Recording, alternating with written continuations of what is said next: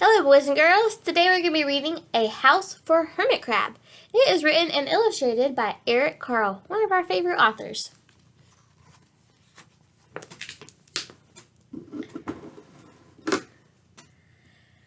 Time to move, said Hermit Crab one day in January.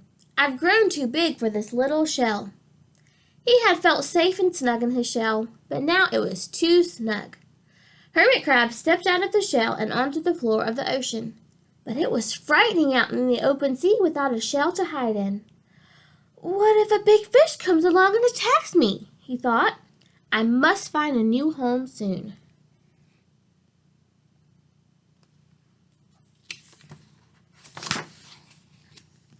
Early in February, Hermit Crab found just the house he was looking for.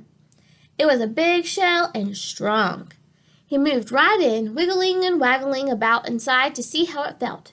It felt just right. But it looks, well, so plain, thought Hermit Crab.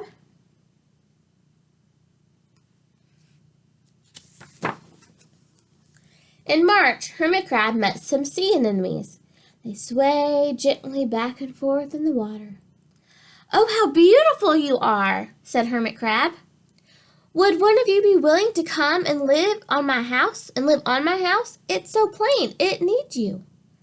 I'll come, whispered a small sea anemone. Gently, Hermit Crab picked it up with his claw and put it on his shell.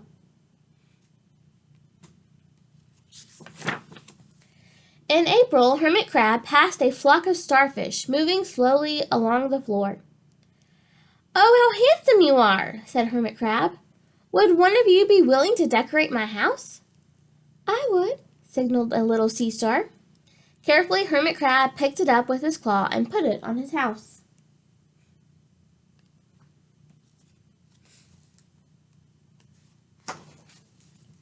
In May, Hermit Crab discovered some coral. They were hard and didn't move. Oh, how pretty you are, said Hermit Crab. Would one of you be willing to help make my house more beautiful? I would, creaked a crusty coral. Gingerly, Hermit Crab picked it up with his claw and placed it on his shell.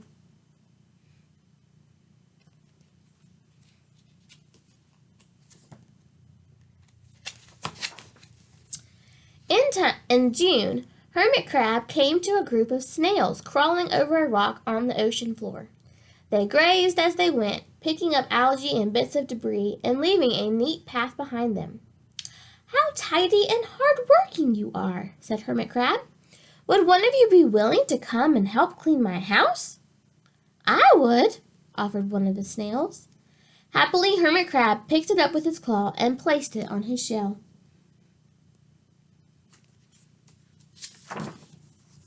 In July, Hermit Crab came upon several sea urchins. They had sharp, prickly needles. How fierce you look, said Hermit Crab. Would one of you be willing to protect my house? I would, answered a spiky sea urchin. Gratefully, Hermit Crab picked it up with his claw and placed it near his shell.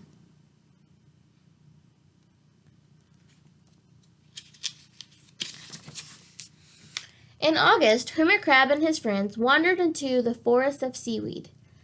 It's so dark here, thought Hermit Crab. How dim it is, murmured the sea anemone. How gloomy it is, whispered the starfish. How murky it is, complained the coral. I can't see, said the snail. It's like nighttime, cried the sea urchin.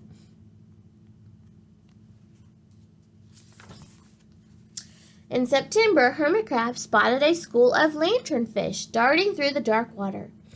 How bright you are, said Hermit Crab. Would one of you be willing to light up our house? I would, replied one lanternfish, and it swam over near the shell.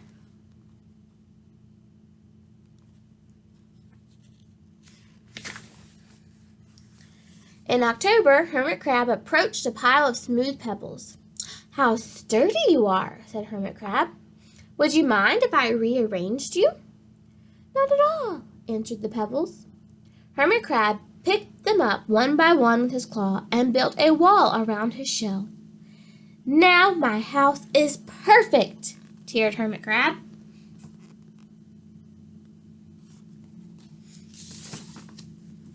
But in November, Hermit Crab felt that his shell seemed a bit too small. Little by little over the year, Hermit Crab had grown. Soon he would have to find another bigger home. But he had come to love his friends, the sea anemone, the starfish, the coral, the sea urchin, the snail, the lanternfish, and even the smooth pebbles. They have been so good to me, thought Hermit Crab. They are like family. How can I ever leave them?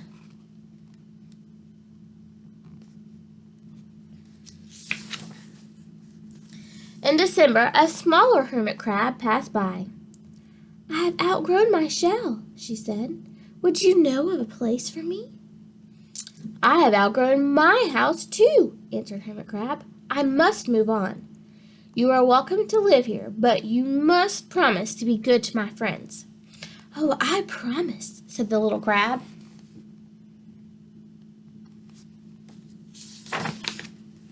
The following January, Hermit Crab stepped out and the little crab moved in.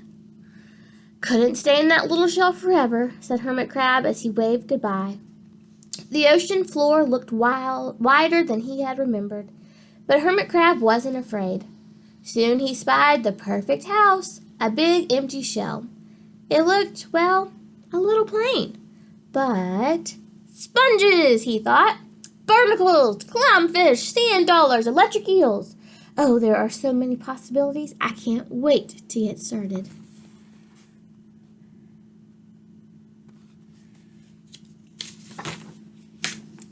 The end.